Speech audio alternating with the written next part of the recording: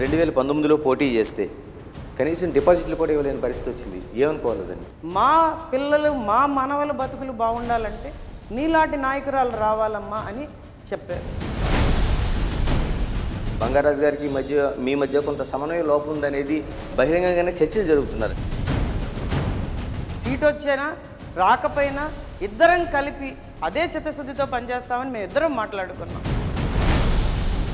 మీ భూములు కొన్ని ప్రభుత్వ భూములు ఆక్రమించుకున్నారన్న ఒక దీన్ని అపవాదాన్ని ఒట్టగట్టుకున్నారు, విమర్శలు వస్తున్నాయి.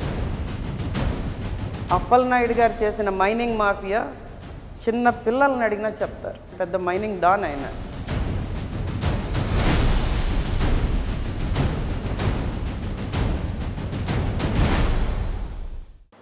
నెల్లిమర్ల అసెంబ్లీ నియోజకవర్గం అంటేనే ఒక ప్రత్యేకత.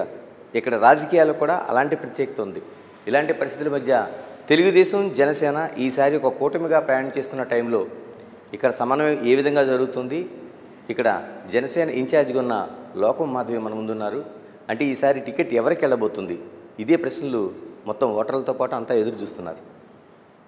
మాధవి గారు నమస్తే. నమస్కారం అండి. ఎలా ఉంది జనసేన తెలుగుదేశం ఒక సమన్వయంతో 2019 తర్వాత పెద్ద సమన్వయంతో ముందుకెళ్తున్నారు? ఎలాంటి సమన్వయం ఉంది? ఎందుకంటే మీరు మీ పార్టీ నుంచి ఒక సమన్వయకర్తగా ఉన్నారు జిల్లాకి. అవునండి. ముందుగా బిగ్ టీవీ ప్రేక్షకులందరికీ నా నమస్కారం. సమన్వయ లోపం ఉందని చెప్పి మీరు చూపిస్తున్న ఛానల్స్ని చూస్తే వాళ్ళు ఖచ్చితంగా రెండు పార్టీలని సపోర్ట్ చేయని ఛానల్స్ అవి. నేను పేర్లు ఎత్తను. సమన్వయ లోపం అస్సలు లేదండి. తెలుగుదేశం శ్రేణులు అలాగే జనసేన శ్రేణులు ప్రజలు కూడా ఈరోజు కోరుకుంటున్నది ఏంటంటే రాష్ట్రంలో వైసీపీ విముక్త ఆంధ్రప్రదేశ్ మాకు కావాలి. ప్రభుత్వం అనేది ప్రజలకి సమన్యాయం చేసేది కావాలి. అలాంటి ప్రభుత్వం చంద్రబాబు నాయుడు గారు పవన్ కళ్యాణ్ గారు వస్తేనే ఈరోజు సాధ్యపడుతుందని ప్రజలే చెప్తున్నారు. పొత్తులు ముందర నుంచి విరిగిపోవాలి. ఎందుకంటే పొత్తుల్లో వైఎస్ఆర్సీపీ పార్టీ పూర్తిగా తుడిచిపట్టుకుపోతుంది అన్నది వాళ్ళ భయం. అందుకని చెప్పే దాని మీద బురద జల్లడానికి వాళ్ళు ప్రతి నిమిషం పత్రికల్లో రాయిస్తున్నారు మా మీద. అలాగే పొత్తుల మీద కూడా ప్రతి నిమిషం బురద జల్లుతున్నారు. క్షేత్రస్థాయిలో ఇరు పార్టీల వాళ్ళని కూడా ఖచ్చితంగా కలిపే పనిచేస్తున్నాం. టికెట్ ఎవరికి వచ్చినా కూడా అదే చిత్తశుద్ధితో ప్రజల కోసం ప్రజల శ్రేయస్సు కోసం పనిచేస్తాం. విజయనగరం జిల్లాలో 9 నియోజకవర్గాల్లో విజయకేతన వేయడానికి ఈరోజు తెలుగుదేశం జనసేన రెడీ అవుతున్నది అనడంలో అస్సలు ఎటువంటి సందేహం లేదండి. ఎందుకు చేయాల్సి వస్తుంది అంటే మీ పార్టీలో కూడా చాలామంది ఉన్నారు, తర్వాత తెలుగుదేశం ఉన్నారు. బంగారాజు గారికి మీ మధ్య కొంత సమన్వయ లోపం ఉందనేది బహిరంగంగానే చర్చలు జరుగుతున్నారు. అంటే అది ఏమైనా కుట్రగా అనుకోవాలా, లేకపోతే వాస్తవాన్ని మీరు కప్పిపుచ్చుతున్నారు అనుకోవాలా? ఖచ్చితంగా కుట్రేనండి. బంగారాజు గారు నేను రోజు మాట్లాడుకుంటాం. ఎవరికి సీట్ వచ్చినా కూడా ఇద్దరం కలిపి పనిచేస్తామన్నది మేము అనుకుంటున్నది. ఎందుకంటే ఇప్పుడు నాకు సీట్ ఇస్తారు, ఇచ్చిన తర్వాత నేను ఏకపక్షంగా నిర్ణయాలు తీసుకోవడం సరి అయింది కాదు. ఎందుకంటే పొత్తులో భాగంగా తెలుగుదేశం నాయకులు జనసేన నాయకులు కలిపి ఆ నియోజకవర్గంలో ప్రజల కోసం పనిచేయాలన్నది చంద్రబాబు నాయుడు గారు పవన్ కళ్యాణ్ గారు ఈరోజు అలయన్స్ పెట్టుకోవడానికి కారణం. సీట్ వచ్చేనా రాకపోయినా ఇద్దరం కలిపి అదే చిత్తశుద్ధితో పనిచేస్తామని మేము ఇద్దరం మాట్లాడుకున్నాం. ఎటువంటి సమన్వయ లోపం అనేది లేదండి, రాబోదు కూడా. ఎందుకంటే వచ్చే 10 ఏళ్ళు ప్రజల కోసం పనిచేయాలి, ఇలాగే పనిచేయాలన్నది మా నాయకుల ఆదేశం. దాన్ని మేము శిరసావహిస్తానని ఈరోజు చెప్తున్నానండి. ఎలాగంటే జనసేన నుంచి పవన్ కళ్యాణ్ ఈ జిల్లాకు సంబంధించి చాలా వరకు ప్రచారాలు చేశారు. తర్వాత ఉద్దానం లాంటి చోట ఆయన ఆ సమస్యని గవర్నమెంట్ ఎక్స్పోజ్ చేశారు, దాని పరిష్కారానికి అనేక కృషి చేశారు. అంటే ఇలాంటి పరిస్థితుల్లో నెల్లిమర్లకు సంబంధించి అంటే జిల్లాలో ఏదో ఒక సీటు జనసేనకు ఉండాలనే ఒక ఆశాభావం అయితే మీకు వ్యక్తమవుతుంది. నెల్లిమర్లకు సంబంధించి ఎలాంటిది ఉంది? అంటే మీకు ఏమైనా సీట్ ఇచ్చే అవకాశాలు ఏమైనా కనిపిస్తున్నాయా? మీ నుంచి ఏమైనా డిమాండ్ ఉందా? మేమైతే డెసిషన్ అంతా కూడా పవన్ కళ్యాణ్ గారికి వదిలేసామండి. గత 3 ఏళ్లుగా క్షేత్రస్థాయిలో ప్రజల మధ్య తిరుగుతున్నాను, ప్రజా సమస్యల మీద పోరాటం చేస్తున్నాను, ప్రజలకు ఎలా న్యాయం జరుగుతుందన్న ఆలోచన విధానంతోనే ముందుకెళ్తున్నాను. ప్రజలకు ఈరోజు జరుగుతున్న అన్యాయాలు ఏంటి, ఆ అన్యాయాలకి మనం ఎలాగా నాయకత్వం వచ్చిన తర్వాత జనసేన తెలుగుదేశం ప్రభుత్వం ఖచ్చితంగా 2024లో వస్తుంది కాబట్టి వచ్చిన తర్వాత వాళ్ళకి ఎటువంటి న్యాయం చేసి వాళ్ళని ఆర్థికంగా ఎలా బలోపేతం చేయాలన్నది మా ప్రధాన లక్ష్యం అండి. నేను ఒక పారిశ్రామికవేత్తగా 1997లో ఈ ప్రాంతానికి వచ్చాను. ఈ ప్రాంతానికి ఎందుకు వచ్చారు మీరు ఏ హైదరాబాద్లోనో అలాగే ఎక్కడో బెంగళూరులోనో పెట్టుకుంటే కోట్లు సంపాదిస్తారు కదా అని అంటే నేను ఒకటే సమాధానం చెప్పాను వాళ్ళకి. నేను చెప్పిన సమాధానం ఏంటంటే ఈ ప్రాంతం వెనుకబాటుతనానికి నెట్టివేయబడుతున్నది. ఇక్కడ ఒకప్పుడు విద్యల నగరంగా ఉన్న విజయనగరం ఈరోజు కాలేజీలన్నీ మూతపడిపోతున్నాయి. అలాగే ఇక్కడ ప్రజలకు విద్య దూరం అయిపోతున్నది కూడా. అది చాలా బాధాకరం. నేను ఇక్కడే చదువుకున్నాను, విజయనగరంలో చదువుకున్నాను, నేను విజయనగరంలో పుట్టాను. కాబట్టి ఈ ప్రాంతానికి ఏదైనా చేయాలి, ఈ ప్రాంతంలో ప్రజలకు అండగా నిలబడాలి. అలాగే ఇక్కడ ముఖ్యంగా అమ్మాయిలు 10వ తరగతి అవగానే పెళ్ళిళ్ళు చేసేస్తారు. వాళ్ళ మేనమావకో లేకపోతే మేనబావకో ఇచ్చి పెళ్ళిళ్ళు చేసేస్తారు. ఆర్థికంగా వాళ్ళు బలోపేతం అవ్వాలి. ఎందుకంటే వాళ్ళు కనీసం వాళ్ళ పిల్లల్ని ఈరోజు ఎలా చదివించుకోవాలి, వాళ్ళు ఎలా ఉన్నత స్థాయిలో వస్తారని కూడా 1997లో వాళ్ళకి తెలియట్లేదు. నేనైతే ఖచ్చితంగా ఉద్యోగాలకి పెద్దపీట వేస్తూ ముందుకు సాగాను. ఈరోజు మా కంపెనీలోనే చాలామంది అమ్మాయిలు ₹1,00,000 జీతంతో పనిచేస్తున్నారు. వాళ్ళ భర్తలేమో వ్యవసాయం చేస్తున్నారు. అది మేము సాధించింది. ఇలా మీరు విద్యావేత్తగా ఉన్నారు, వ్యాపారవేత్తగా ఉన్నారు, ఇండస్ట్రియలిస్ట్గా కనిపిస్తారు, యుఎస్ రిటర్న్ నుంచి వచ్చిన తర్వాత ఉన్నారు. ఈ ప్రాంతంలో మీరు ఉంటుంది, ఇక్కడే పుట్టానంటున్నారు. అంటే మేజర్గా ఉండే సమస్య ఇన్ని సంవత్సరాలుగా అసలు పరిష్కారం కాకుండా ఉండడానికి ఏంటి ప్రధానమైన కారణం ఏంటి? అప్పుడు తెలుగుదేశం ఉంది, తర్వాత మధ్యలో పార్టీలు మారినాయి, కాంగ్రెస్ ఉంది, తర్వాత తెలుగుదేశం, ఇలా కాంగ్రెస్, ఇన్ని పార్టీలు ఉన్నాయి కదా వైసీపీతో పాటు. ఎందుకు పరిష్కారం కాలేదు? ఒకటి, రాజకీయ నాయకులకి అవగాహన లేకపోవడం అండి. ఇది చేస్తే ఈ ప్రాంతం బాగుపడుతుంది అని అవగాహన లేకపోవడం. ఇప్పుడంటే నెల్లిమర్ల నియోజకవర్గం మీరు అన్నట్టుగా చాలా హాట్ నియోజకవర్గంగా మారిందని మీరు అంటున్నారు. ఎందుకంటే ఎయిర్పోర్ట్, భోగాపురం అనే ప్రాంతం ఇంతకుముందు ఎవరికి తెలియదు అసలు. ప్రజలందరూ కూడా ఏదోటి బతుకుతున్నానులే, ఇక్కడ మనం పండించుకుంటున్నాం, గింజలు పండించుకొని బతుకుతున్నాం, వచ్చిన దాంతో ఉంటున్నాం అన్నట్టు ఉంటున్నారు తప్పించి ఎయిర్పోర్ట్ వచ్చిన తర్వాత ఈ నియోజకవర్గం తాలూకు పేరు బయటకు వచ్చింది బాగాను. కానీ నేనేమంటున్నానంటే ఎయిర్పోర్ట్ వచ్చినంత మాత్రాన నాయకులు చిత్తశుద్ధితో పనిచేయకపోతే, కరెక్ట్గా పనిచేయకపోతే ఈ ప్రాంతం అభివృద్ధి చెందదు. అంటే ఇప్పుడు నెల్లిమర్లలో కాదు, తెలుగుదేశం నుంచి కాదు, అంతకుముందు మిగతా చోట చాలామంది మంత్రులు చేశారు. నారాయణ స్వామి లాంటి వాళ్ళు దాదాపు 7 సార్లు ఎమ్మెల్యే చేస్తే ఒకసారి మంత్రి చేశారు. మరి వీళ్ళందరికీ అవగాహన లేకుండానే ఉందా, లేకపోతే అవకాశవాదంతో ఆ పదవులు గడుపుకుంటూ వెళ్ళిపోయారంటారు? నారాయణ స్వామి నాయుడు గారు చాలా మంచి మనిషి అండి, చాలా మంచి మనిషి. అందుకే ప్రజలు అతనికి 7 సార్లు పట్టం కట్టారు. కానీ అతనికి కూడా అవగాహన లేదు. ఇది చేస్తే ప్రాంతం బాగుపడుతుందని అవగాహన లేదు.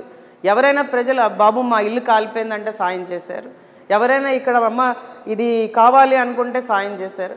అంతే తప్పించి ఈ రోడ్డు, ఇన్ఫ్రాస్ట్రక్చరు, ఈ వ్యవస్థ బాగా ఉంటే అప్పుడు ప్రాంతం బాగుపడుతుంది అన్న అవగాహన లోపం ఆయనలో ఉన్నది. ఇప్పుడంటే ఇంత పెద్ద హైవే వచ్చింది, ఇక్కడికి ఎయిర్పోర్ట్ వస్తున్నది. ఇవన్నీ రావడంతో నెల్లిమర్ల నియోజకవర్గానికి ఇంకా అభివృద్ధి చేసే అవకాశం ఉంది. కానీ వయోపరిమితి వల్ల, వయోభారం మీద పడి ఆయన పక్కకి ఏం చేయాలంటారు? నెల్లిమర్ల లాంటి ప్రాంతం, ఈ కింది అట్టడుగున ఉన్న ప్రాంతం అభివృద్ధి చెందాలంటే 1, 2, 3 అని ఒక మేజర్ మీ ఆలోచనలు ఏమున్నాయి? మేము రాజకీయాల్లోకి రాకముందు నుంచి ఒక పద్ధతిలో, ప్రణాళికతో ముందుకెళ్తున్నాం. మేము 2030 విజన్ అని ఒకటి పెట్టుకున్నాం.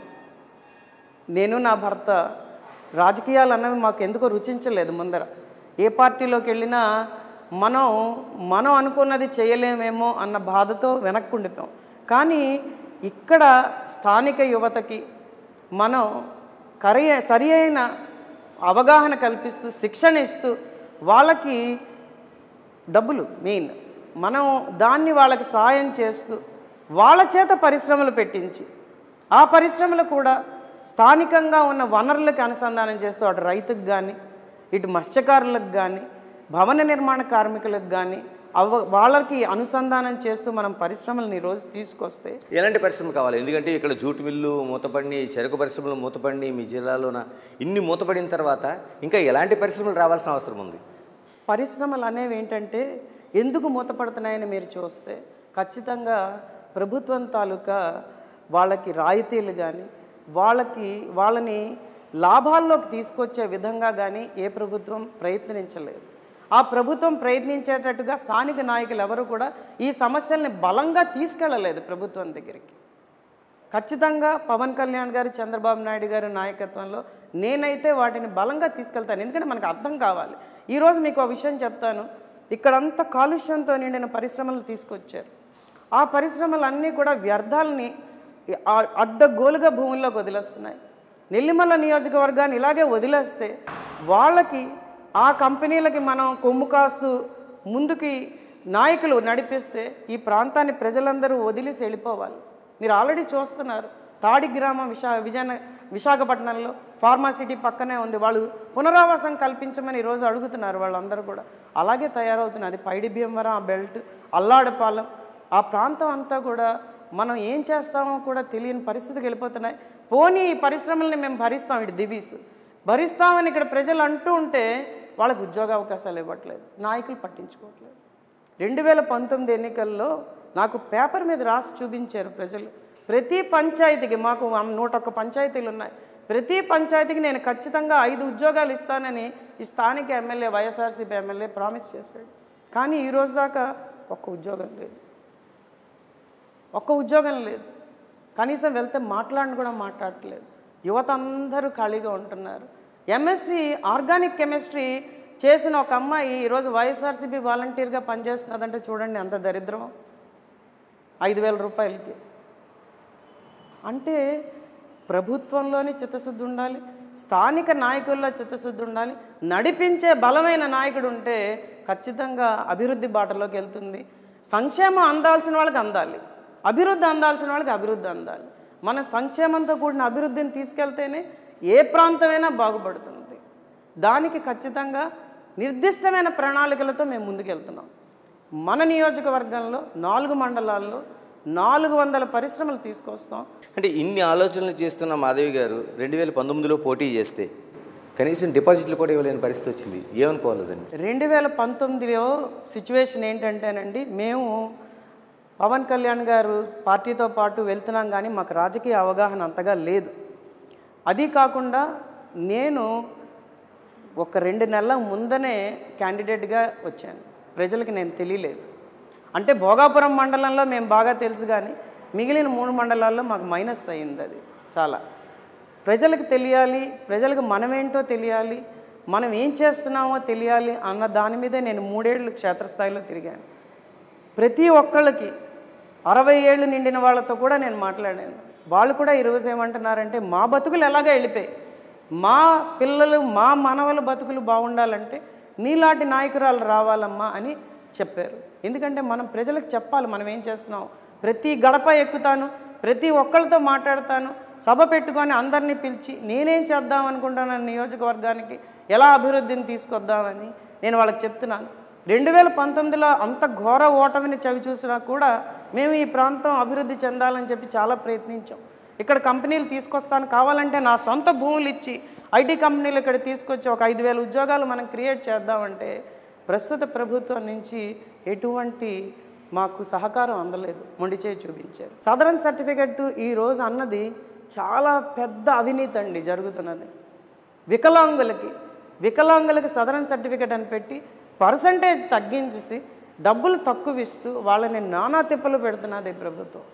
ఇలాగే ఇప్పుడు మీరు సీట్ ఆశిస్తున్నారు జనసేన నుంచి, తెలుగుదేశం నాయకులు కూడా అదే పోటీతో ఉంటారా, లేకపోతే మీకు సహకరించే అవకాశం ఏమైనా కనిపిస్తుందా? ప్రస్తుతం సీట్ అనౌన్స్ చేసేదాకా ఎవరికి వస్తుందా అని ఆలోచన ఉంటుందండి. సీట్ వచ్చిన తర్వాత నేను మీకు ఒకటే చెప్తున్నాను, వైఎస్ఆర్సీపీ ఏతర ప్రభుత్వం, వైసీపీ విముక్త ఆంధ్రప్రదేశ్ కావాలని అందరూ కోరుకుంటున్నారు. అందులో తెలుగుదేశం జనసేన నాయకులైతే ఖచ్చితంగా కోరుకుంటున్నాం. మేము ఎవరికి సీటు ఇచ్చినా కూడా ఇదే చిత్తశుద్ధితో ప్రజల కోసం, ప్రజాశ్రేయస్ కోసం పనిచేస్తామండి. అంటే మరొకటి మీ వ్యక్తిగతంగా అడగాల్సిన ప్రశ్నలు కొన్ని ఉన్నాయి. అంటే మీరు వ్యాపారవేత్తగా ఉన్నారు, మీ భూములు కొన్ని ప్రభుత్వ భూములు ఆక్రమించుకున్నారన్న ఒక దీన్ని అపవాదాన్ని మూటగట్టుకున్నారు, విమర్శలు వస్తున్నాయి. ప్రజా జీవితంలో ఉన్న తర్వాత, ప్రత్యేకంగా జనసేన లాంటి పార్టీలు ఉన్న తర్వాత దాన్ని ఎలా క్లియర్ చేసుకోగలుగుతారు మీరు? నేను భూములు 1997లో కొనుక్కున్నానండి. నేను ఒకటే చెప్తున్నాను, 1 సెంటు ప్రభుత్వ భూమి ఉన్నా దాని మీద నేను అక్రమ కట్టడాలు చేసిన కూల్చేయండి, తీసుకోండి. మీరు 30 ఏళ్ళు ఏం చేశారు? ఇప్పుడు ఎందుకు అపవాదులు వేస్తున్నారు? నేను రాజకీయంగా వచ్చానా? నేను ఇదే చెప్తున్నాను. ఒక్క సెంట్ ఉన్నా కూడా నేనే ఇచ్చేస్తాను. ప్రభుత్వ భూములు కబ్జా చేస్తున్న వాళ్ళ మీద మేము పోరాటం చేస్తున్నామండి జనసేన పార్టీ తరఫున.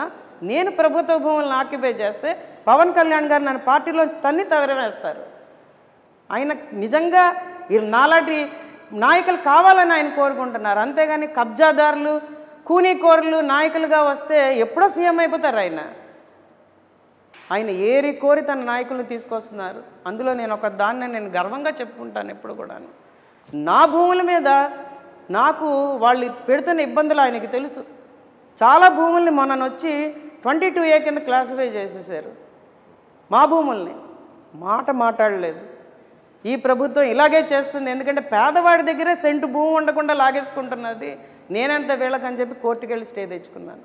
అంటే మాధవి గారిగా మాట్లాడుకుంటే మనం అంటే జనసేనగా మీరు అధికార పార్టీపై విమర్శలు చేస్తున్నారు. కానీ ఒక వ్యాపారవేత్తగా అధికార పార్టీ నాయకులతో మీకు సత్సంబంధాలు అంటే ఉన్నాయంటున్నారు. బొత్స లాంటి వారితో కావచ్చు, అప్పలనాయుడుతో కావచ్చు. మరోవైపు పార్టీ ఫండ్ కూడా మీ నుంచి వాళ్ళకి అందజేస్తారంటున్నారు. దీన్ని ఏ విధంగా అర్థం చేసుకోవాలి? మేము ఎప్పుడు పార్టీ ఫండ్లు వాళ్ళకి ఇవ్వలేదండి. జనసేన పార్టీలో జాయిన్ అయింది నుంచి నేను చాలా చిత్తశుద్ధితో ఉన్నాను. జనసేన పార్టీలో జాయిన్ అవ్వక ముందర ఒక కార్పొరేట్ వ్యవస్థలో ఉండేదాన్ని. అప్పుడు కూడా నేను ఎవరికి పార్టీ ఫండ్లు ఇవ్వలేదు. బొత్స గారు ఫోన్ చేసి, ఝాన్సీ మేడం కానీ ఫోన్ చేసి ఉద్యోగం కావాలని అడిగితే ఉద్యోగాలు ఇచ్చేవాళ్ళు. అర్హత ఉన్న వాళ్ళకి ఉద్యోగాలు ఇచ్చేవాళ్ళు, అర్హత లేని వాళ్ళకి లేదని చెప్పేవాళ్ళు. పేదవాళ్ళకైతే మటుకు నేను ఈ రోజుకి కూడా వాళ్ళు వచ్చి అడిగితే ఏదో రికమెండేషన్ పట్టుకొని నా దగ్గరికి రావక్కర్లేదు. వాళ్ళు వచ్చి అడిగితే వాళ్ళకి కావాల్సిన శిక్షణ ఇచ్చి నేను ఉద్యోగం ఇస్తాను. 2 ఏళ్ల కిందట సుమారు 600 మందిని మన నియోజకవర్గంలో యువతను అందరినీ తీసుకున్నాను. ఎందుకంటే ఒక నోటిఫికేషన్ లేదు, ఒక ఉద్యోగ అవకాశం లేక వాళ్ళ పేరెంట్స్ కూడా చాలా ఇబ్బందులు పడుతుంటే 600 మందిని తీసుకొని ఏడాది పాటు నా సొంత డబ్బులతో బస్ వేసి వాళ్ళకి ఫుడ్ పెట్టించి ట్రైనింగ్ ఇప్పించాను నేను. వాళ్ళలో 120 మందిని నా కంపెనీలోనే ఈరోజు ఉద్యోగస్తులుగా తీసుకున్నాను. మిగిలిన వాళ్ళకి పైన అవకాశాలు వచ్చాయి బయట, వాళ్ళు చేస్తున్నారు. కానీ వాళ్ళు ఇంతసేపు నన్ను అంటున్నది, మేడం మీరు ఖచ్చితంగా పరిశ్రమలు తీసుకురండి, మేము మళ్ళీ వెనక్కి వచ్చేస్తాం, మా కుటుంబాలను వదిలి మేము వెళ్ళలేకపోతున్నాం, వలసలు వెళ్తున్నాం, చాలా బాధపడుతున్నారు. ఈరోజు కూడా ఎవరైనా చదువుకుంటే ఈ ఫార్మా కంపెనీలు అన్నీ కూడా పరవాడు పంపిస్తే లేకపోతే హైదరాబాద్ పంపించేస్తున్నాయి ఉద్యోగాల కోసం. ఇక్కడ ఇవ్వట్లే ప్రజలెవరికి కూడా. ఇక్కడ కుటుంబ నేపథ్యం చాలా ఉంటుంది, ఉమ్మడి కుటుంబాలు చాలా ఎక్కువ. అలాంటి వాళ్ళందరూ ఇక్కడ ఉందామని కోరుకునే వాళ్ళందరికీ కూడా నేను ఖచ్చితంగా ఒక వెన్నుదాన్ని నుండి వాళ్ళని ముందుకు నడిపిస్తానని ఈరోజు చెప్తున్నాను. మరి జిల్లాలోనే కాకుండా నెల్లిమర్లకు సంబంధించి మన సామాజిక వర్గాల కోసం మాట్లాడుకుందాం. ఎందుకంటే ఇక్కడ తూర్పు కాపు సామాజిక వర్గం పెద్దగా ఉంది, మీరు ఒక సామాజిక వర్గం, మీ భర్త ప్రసాద్ గారు మరో సామాజిక వర్గం. ఈ ఈక్వేషన్స్లోనే ఎలా ఉంటుంది అనేది ఒక ప్రశ్న ఒకటి మనకు వినిపిస్తోంది. నెల్లిమర్ల నియోజకవర్గంలో కుల సమీకరణ ఒక్కటే తీసుకుంటే సరిపోదన్నది అటు చంద్రబాబు నాయుడు గారు ఇటు పవన్ కళ్యాణ్ గారు కూడా ఆలోచిస్తున్నారు. ఎందుకంటే ఇది అభివృద్ధి చెందే నియోజకవర్గం కాబట్టి ఇక్కడ ఖచ్చితంగా వచ్చే నాయకుడు కులాల సమీకరణలో కొట్టుకొని పోతే చాలా కష్టం అవుతుంది. నేను అదే చెప్పాను మీకు, వచ్చిన నాయకులందరూ కూడా మత్స్యకారుల్ని, యాదవుల్ని ఒక ఓటు బ్యాంకులా చూశారు తప్పించి వాళ్ళకి చేయూతనివ్వలేదని నేను ఈరోజు చెప్తున్నాను. కాబట్టి విజయనగరం జిల్లా ఎదగపోవడానికి కారణం కూడా అదే. ఒకే కులాన్ని మీదకి తీసుకొస్తూ అణిచేసి వెనుకబాటుతనానికి గురి చేస్తున్నారు. కాబట్టి ప్రజలందరూ ఈరోజు కోరుకుంటున్నది ఏంటంటే ఈ కులాలకి మతాలకి అతీతంగా పవన్ కళ్యాణ్ గారు ఉన్నారు కాబట్టి ఆయన నాయకత్వంలో నేను ఖచ్చితంగా పనిచేస్తాను. కాబట్టి నాకు అవకాశం ఇస్తే ఈ ప్రాంతం బాగుపడుతుంది అన్న ఉద్దేశంతో ఈరోజు ప్రజలే ముందుకు వస్తున్నారు.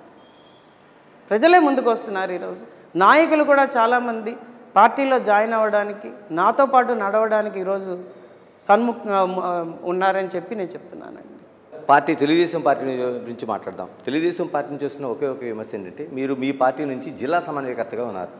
కానీ అక్కడ ఉండే పార్టీ నాయకులు కావచ్చు, లేకపోతే మిగతా వాళ్ళు కావచ్చు, వాళ్ళ పార్టీ ఆఫీసులో మీ జెండా ఎగురుతుంది, మీ పవన్ కళ్యాణ్ గారి ఫోటోలు ఎగరేస్తున్నారు, వాళ్ళ వాహనాల మీద ఉంటున్నాయి. మీ ఆఫీసులో కావచ్చు, మీ వాహనాలపైన కావచ్చు, అటువంటి సమన్వయం ఎక్కడ కనిపించట్లేదు అనేది ఒక పాయింట్ అవుట్ చేస్తున్నారు. సమన్వయం తెలుగుదేశంతోనా లేకపోతే తెలుగుదేశంతో ఖచ్చితంగా ఉందండి. నేను అదే మీకు 2-3 సార్లు చెప్పాను. సమన్వయ లోపం అంటే లేదు. సమన్వయ లోపం అంటే ఇది ప్రస్తుతానికి ఎలా ఉందంటే ఎవరికి టికెట్ వస్తే వాళ్ళతో పాటు పనిచేయడానికి అవతల వాళ్ళు అందరం రెడీగా ఉన్నాం. జనసేనకి టికెట్ వస్తే తెలుగుదేశం వాళ్ళు మాతో పనిచేయడానికి రెడీగా ఉన్నారు. తెలుగుదేశానికి టికెట్ వస్తే జనసేన శ్రేణులన్నీ కూడా రెడీగా ఉన్నాయి. అటువంటి సమన్వయ లోపం లేదు. ఎందుకంటే మీకు ఇంకో విషయం చెప్తాను, సమన్వయ కార్యక్రమం మీటింగ్స్ అయ్యాయి మనకి. మన నియోజకవర్గంలోనే చాలా సక్సెస్ఫుల్గా 9 నియోజకవర్గాల్లో ఉమ్మడి జిల్లాలో నేను చేయించాను. నన్ను అప్పుడే సమన్వయకర్తగా పెట్టారు, సింగిల్ పాయింట్ ఆఫ్ కాంటాక్ట్గా. 9 నియోజకవర్గాల్లో ఎక్కడా కూడా తేడా లేకుండా చాలా పీస్ఫుల్గా, చాలా ఆనందంగా మేము సమన్వయ మీటింగులు చేసుకున్నాం. మరి ఈ వార్తలు పుట్టిస్తున్నది ఎవరో నాకు తెలియట్లేదు, ఎందుకు వస్తున్నాయో తెలియట్లేదు. నేను చెప్తున్నాను కదా, బురద జల్లడానికి విజయనగరం జిల్లాలో జనసేన తెలుగుదేశం కలిపి పనిచేస్తే వైసీపీ పార్టీకి పుట్టగతులు ఉండవు అన్నది ఇక్కడ అందరు ప్రజలు నాయకులు అంటున్నదే. కాబట్టి ఇలాంటివి జల్లుతూ అటు ఇటు విభేదాలు సృష్టిస్తూ కులాల సమీకరణలు తీసుకొస్తూ పక్కదారులు పట్టిద్దామన్నది ఇక్కడ కొంతమంది చేస్తున్న విష ప్రచారం. ఇలాగ మీ పార్టీ నుంచి కూడా ఒక ఇది కనిపిస్తుంది. మీ అభ్యర్థిత్వాన్ని అందరూ అంగీకరిస్తున్నారా, లేకపోతే ఏమైనా ఒక డీవియేషన్ ఏమైనా కనిపిస్తుందా మీకు? ఏమైనా డీవియేషన్ అంటూ ఏమీ లేదండి, డీవియేషన్ అంటూ ఎక్కడా లేదు.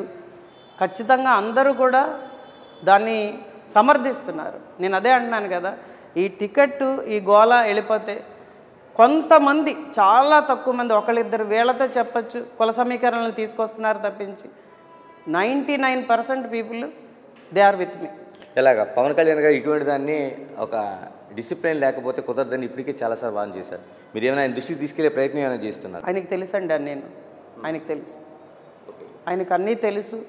ఆయనకి నా అభ్యర్థిత్వం తెలుసు, నేనేం చేయగలనో తెలుసు, ఎలాగా మనం ఈ నియోజకవర్గాన్ని ముందుకు తీసుకెళ్లాలో తెలుసు. అతను అన్నీ తెలిసి ఆయనతో మాట్లాడే మేము అన్ని చేస్తున్నామండి. పవన్ కళ్యాణ్ గారు, నాదెండ్ల మనోహర్ గారి డైరెక్షన్లోనే ఇక్కడ అంతా కూడా జరుగుతున్నది. వాళ్ళ ప్రకారమే జనసేన పార్టీని ఇక్కడ నేను బలోపేతం చేస్తున్నాను అన్నది అందరికీ తెలుసు. ఎందుకంటే పార్టీని, అధిష్టానాన్ని ధిక్కరించి నేను ఎప్పుడు ఏ పనులు చేయను. ఆయన ప్రజల మనిషి, ఆయన ప్రజల కోసం పనిచేస్తారు, నేను ప్రజల కోసమే పనిచేస్తున్నాను. నెల్లిమర్లకు సంబంధించే కాదు, రాష్ట్ర వ్యాప్తంగా వైసీపీ పార్టీ 175 సీట్లు ఒక ఎజెండాతో ముందుకు వస్తుంది. అందులో నెల్లిమర్ల కూడా ఒకటి. అంటే అప్పలనాయుడు కూడా అదే స్ట్రాంగ్ ఇది చూపిస్తున్నాడు. గతంలో అధికారంలో ఉన్నాడు ఆయన, ఇప్పుడు అధికారం కోసం ఇది అవుతున్నాడు. దాన్ని ఢీకొట్టే సత్తా ఉందా అనేది మిమ్మల్ని సూటిగా ప్రశ్నిస్తే ఏం చెప్తారు? ఖచ్చితంగా ఉందనే చెప్తానండి, ఖచ్చితంగా ఉంది. తెలుగుదేశం జనసేన కలిసి ఇక్కడ పోటీకి దిగితే అప్పలనాయుడు కనుమరుగైపోతాడు. నేను చెప్తున్నాను ఆ విషయం. అప్పలనాయుడు మీద చాలా వ్యతిరేకత కూడా ఉన్నది. అప్పలనాయుడే కాదు, వైసీపీ ఏ క్యాండిడేట్ని నించోబెట్టినా ఈరోజు పరిస్థితి అది. ప్రజలే చెప్పేస్తున్నారు నేను వెళ్తున్నప్పుడు, గాజు గ్లాసు గుర్తు ఓటేస్తాం, మిమ్మల్ని గెలిపిస్తాం అన్నది ప్రజలు చెప్తున్నారు. ఈరోజు ప్రజలు ఈరోజు కోరుకుంటున్న మా నియోజకవర్గంలో తాగడానికి మంచి నీళ్లు, ఇంటింటికి కొళాయి, దానిలో కంప్లీట్గా విఫలమైపోయింది వైఎస్ఆర్సీపీ. కాలువలు ఎక్కడా కట్టలేదు, మురికినీరు రోడ్ల మీద ఎక్కడ పడితే అక్కడ, పారిశుద్ధ్య లోపం అనేది నియోజకవర్గంలో ఖచ్చితంగా కనిపిస్తున్నారు. కాంట్రాక్టర్లకు ఎవరికి డబ్బులు ఇవ్వలేదు, రోడ్లు గుంతలమయం, ఎక్కడా రోడ్లు వేయలేదు, కనీస అవసరాలను చూడట్లేదు ప్రజలకి. ఉద్యోగాల విషయంలో పూర్తిగా విఫలమైపోయింది. ఏ నాయకుడిని నించోబెట్టినా, ఒక నియోజకవర్గం నుంచి ఇంకో నియోజకవర్గానికి ఆ నాయకుడిని పంపించినా కూడా ప్రజలు ఓటేయరండి ఈసారి వైఎస్ఆర్సీపీకి. వై నాట్ 175 అన్నది ఆయన మానేమనండి అనడం, ఎందుకంటే అది జరగని విషయం. మాధవి గారు, చివరిగా చెప్పండి, అంటే అధికార పార్టీలో అక్కడెక్కడని కాదు చాలా చోట్ల జరుగుతున్నది ఇది. ఇక్కడ ఉండి తెలుగుదేశం కావచ్చు, మీ పార్టీ కావచ్చు, ఇందులో ఉండి కొందరు నాయకులు, అందరినీ తప్పుపట్టట్లేదు, ఒక లాలూచీ కుస్తీ అధికార పార్టీతో నడుస్తున్నారు, వాళ్ళు జర్నీ చేస్తున్నారు. మీ రెండు పార్టీల సమన్వయానికి ఒక వెన్నుపోటుగా కాబోతుంది అంటున్నారు. దీన్ని ఎలా పరిష్కరించుకోబోతున్నారు? దీనికి ఎలా సమాధానం చెప్పబోతున్నారు మీరు? ప్రతి నియోజకవర్గాల్లో ఈ పోరు ఉంటుందండి. అది మా నియోజకవర్గానికి ప్రత్యేకంగా ఉందా లేదా అన్నది నేను మాట్లాడిన దాని గురించి. నేనైతే క్షేత్రస్థాయిలో ప్రతి నాయకుడితో, పంచాయతీ నాయకులతో, sarpanch, MPTC, vice sarpanch, ward మెంబర్లు, అలాగే ఈ ప్రాంతం బాగుపడాలని కోరుకునే పెద్ద పెద్ద కుటుంబాలందరితో మాట్లాడుతున్నాను. నేను గత 3 సంవత్సరాలుగా నేను చేస్తున్నది అది.